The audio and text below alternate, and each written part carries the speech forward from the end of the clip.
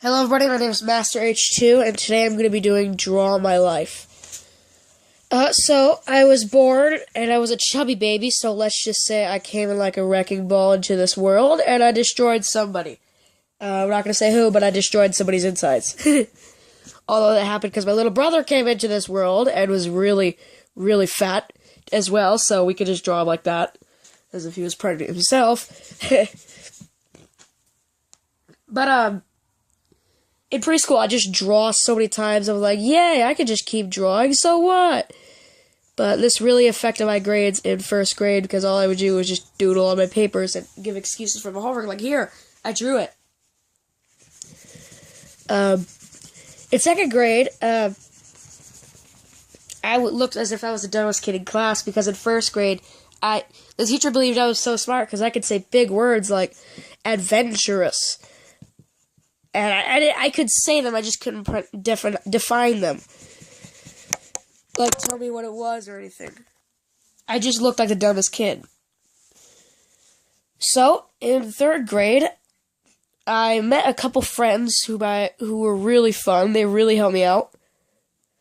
That's a girl.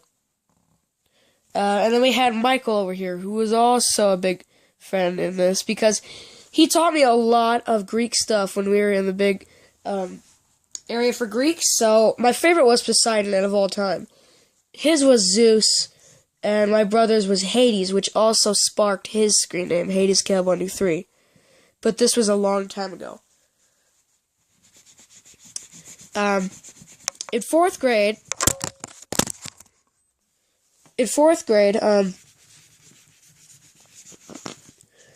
I just felt so excited because we did the Greek thing again.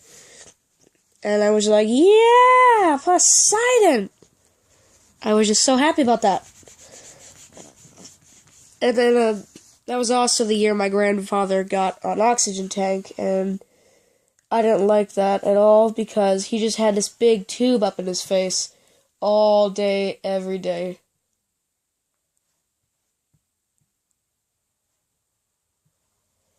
Got really annoying after a while, because all we hear at night is... I'm thinking, Darth Vader, stop talking! But I regret saying that in a few minutes, and you'll learn why. But, in fifth grade, I was able to go to Disneyland, and I was so happy about that, because only certain kids get to go to Disneyland, and that's like, yay!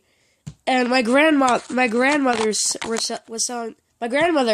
was selling these t-shirts that said, "A mother's love is unconditional.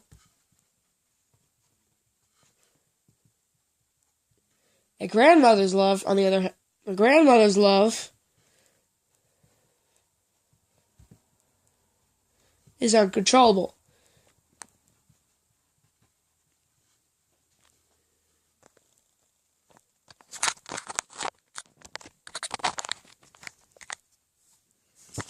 I didn't really understand the slogan at first because I didn't really care about it. But, yeah, that's pretty much all she did. And she sold those like 2 billion times. I'm like, whoa! She sold them for like $5 a piece. And I don't know how she did it. Because she ended up getting us a trip to Disneyland. And I was just so happy. Because I didn't understand at all what Disneyland was. Besides, it had a bunch of cartoons in it.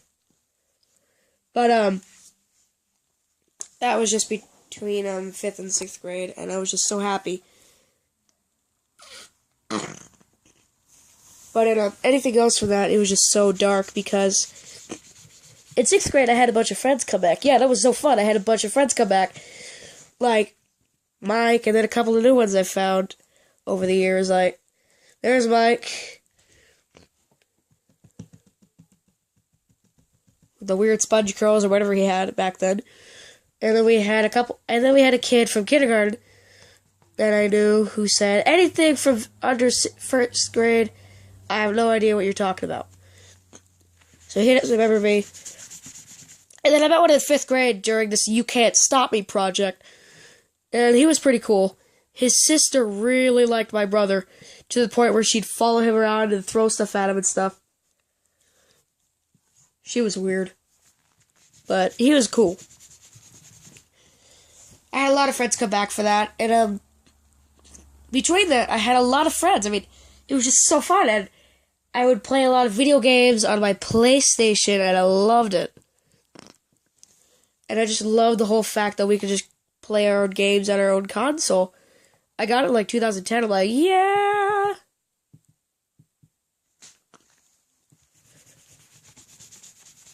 But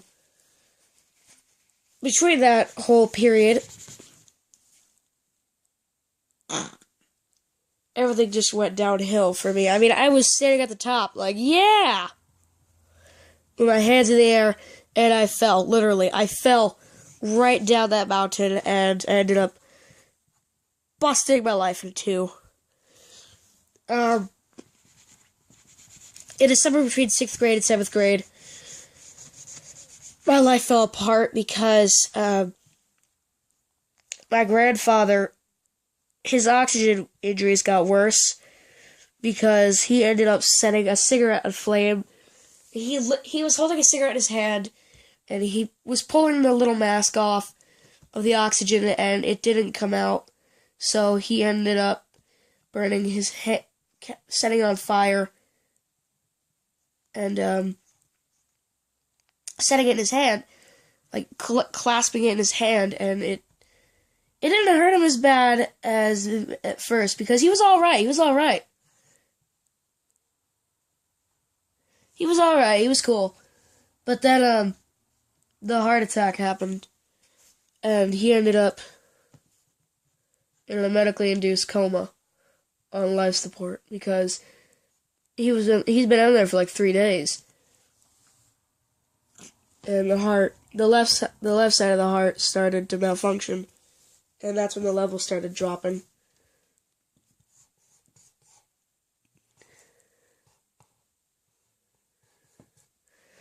And that's when we got scared.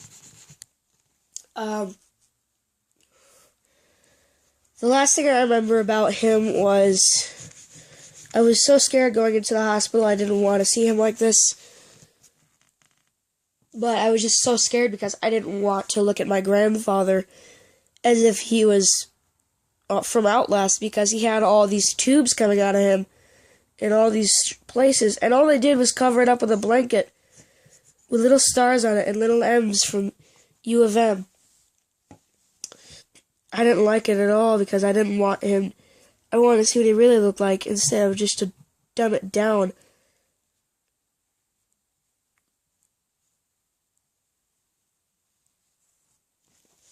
I didn't want to see him like that, but I still had to if I wanted to say goodbye. Before they put him in a coma, he had watched a movie called Heaven is for Real. And I didn't understand what he meant by that. But before he went into the medically induced coma, after he watched the movie, he looked at my mom when she came in, and he said, "Go watch Heaven is for Real."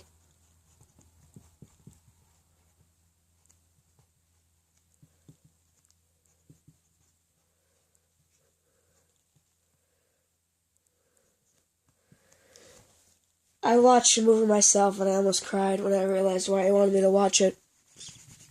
Like I'm about to cry right now.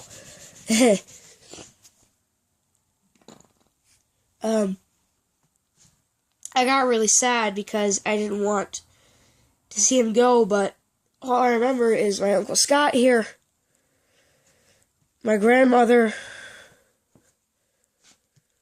my grandfather,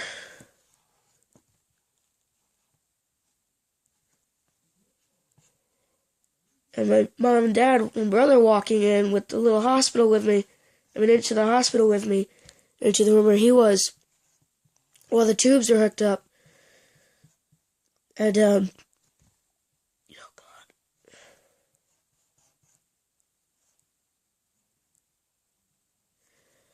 And everything else was there, and I was just freaking out. I mean, here's my dad over here. Here's my dad over here walking me in with his huge beard. And my mom walking me in as well. And my brother was with me too. I was over here. And my brother was with my dad.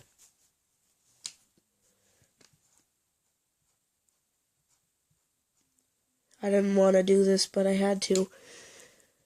I mean, not the video. I'm fine with putting this in the video, but that's all I want to say right now, besides,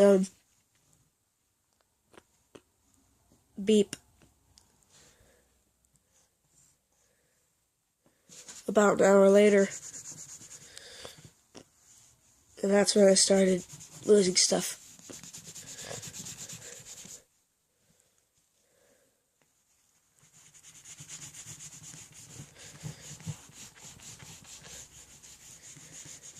I started looking back at stuff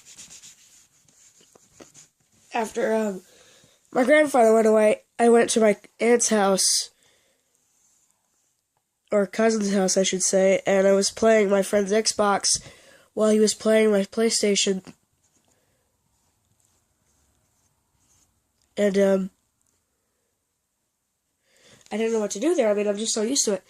So video gaming really helped me in the end, because I started making little videos about it on a screencast, and I was just so happy. And then in 5th grade, I was told about this character called Slender Man. I didn't know what it was at first.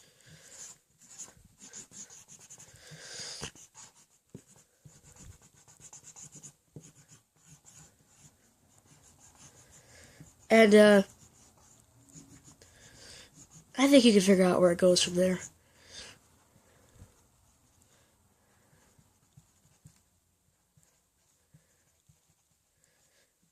Yeah, I downloaded the game and did Screencast-O-Matic for the first time.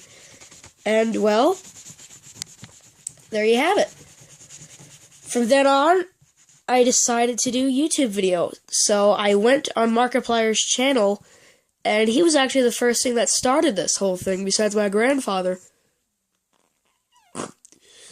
And ever since he passed away, after every few days, I'd listen to this song on YouTube that was played at his service called One Pair of Hands, and I really liked it. And one line that said, on the mountains really get started, because I was thinking, if these guys could be monumental with their views, what if I started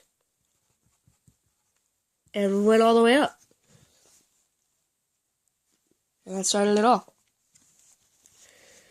So yeah, guys, I really hoped you liked my drawing video, or my drawing my life video, because I really liked doing this for you guys. I really hoped you guys get to know me better if you don't know me in real life, so yeah. See you guys later. The ugly picture of me is out.